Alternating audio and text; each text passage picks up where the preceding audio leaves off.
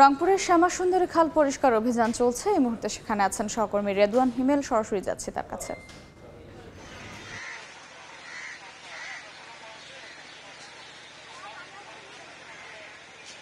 আপনাদেরকে প্রথমে জানিয়ে রাখি, এই যে রংপুর নগরী যে 15.8 কিলোমিটার যে শ্যামাসুন্দরী খাল, এই শ্যামাসুন্দরী খালকে ঘিরে কিন্তু রংপুর নগরীর অনেক দুর্ভোগ পোহাতে হয়। সেই শ্যামাসুন্দরী খালকে আজকে পরিষ্কার যে পরিচ্ছন্নর কাজ সেটা কিন্তু হাতে নিয়েছে বিডি ক্লিন। আমরা দেখেছি যে সকালবেলা রংপুর শেখ রাসেল স্টেডিয়ামে রংপুর সিটি কর্পোরেশনের মেয়র, বিভাগীয় কমিশনার থেকে শুরু করে ঊর্ধ্বতন কর্মকর্তা যারা রয়েছেন নগরীর, তারা কিন্তু এই কার্যক্রমের বিডি ক্লিনকে সাথে নিয়ে এই কার্যক্রমের উদ্বোধন করেন।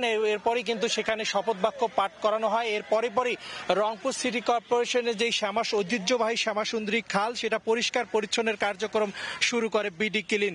তা আজকে আমরা প্রথমেই দেখেছি যে নগরীর যে চেকপোস্ট রয়েছে সেখান থেকেই তারা এই কার্যক্রমে সূচনা করে। এই বিডি ক্লিনের পক্ষ থেকে প্রায় 1000 জন সদস্য কিন্তু এই শ্যামাসুন্দরী খাল পরিষ্কার পরিচ্ছন্নের কাজ করতেছে। আমরা এর আগে কিন্তু আমরা রংপুর সিটি কর্পোরেশনের মেয়রের সঙ্গে কথা বলেছি।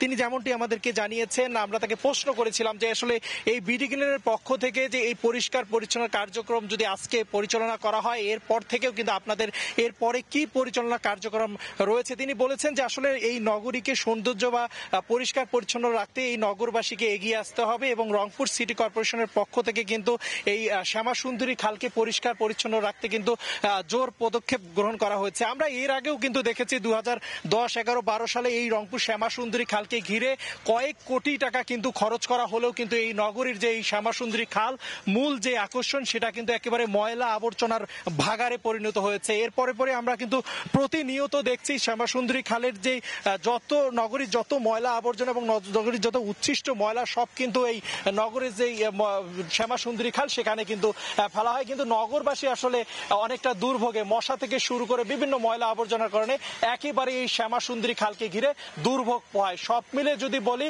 রংপুর সিটি কর্পোরেশনের পক্ষ থেকে এই বিডি ক্লিনের পক্ষ থেকে কিন্তু আছে এই 1000 কর্মী এই শ্যামাসুন্দরী খাল পরিষ্কার পরিচ্ছন্নের কার্যক্রম হাতে নিয়েছে। তো এই ছিল আমার কাছে থাকা রংপুর থেকে সর্বশেষ তথ্য। সরাসরি যুক্ত ছিলাম রংপুরে।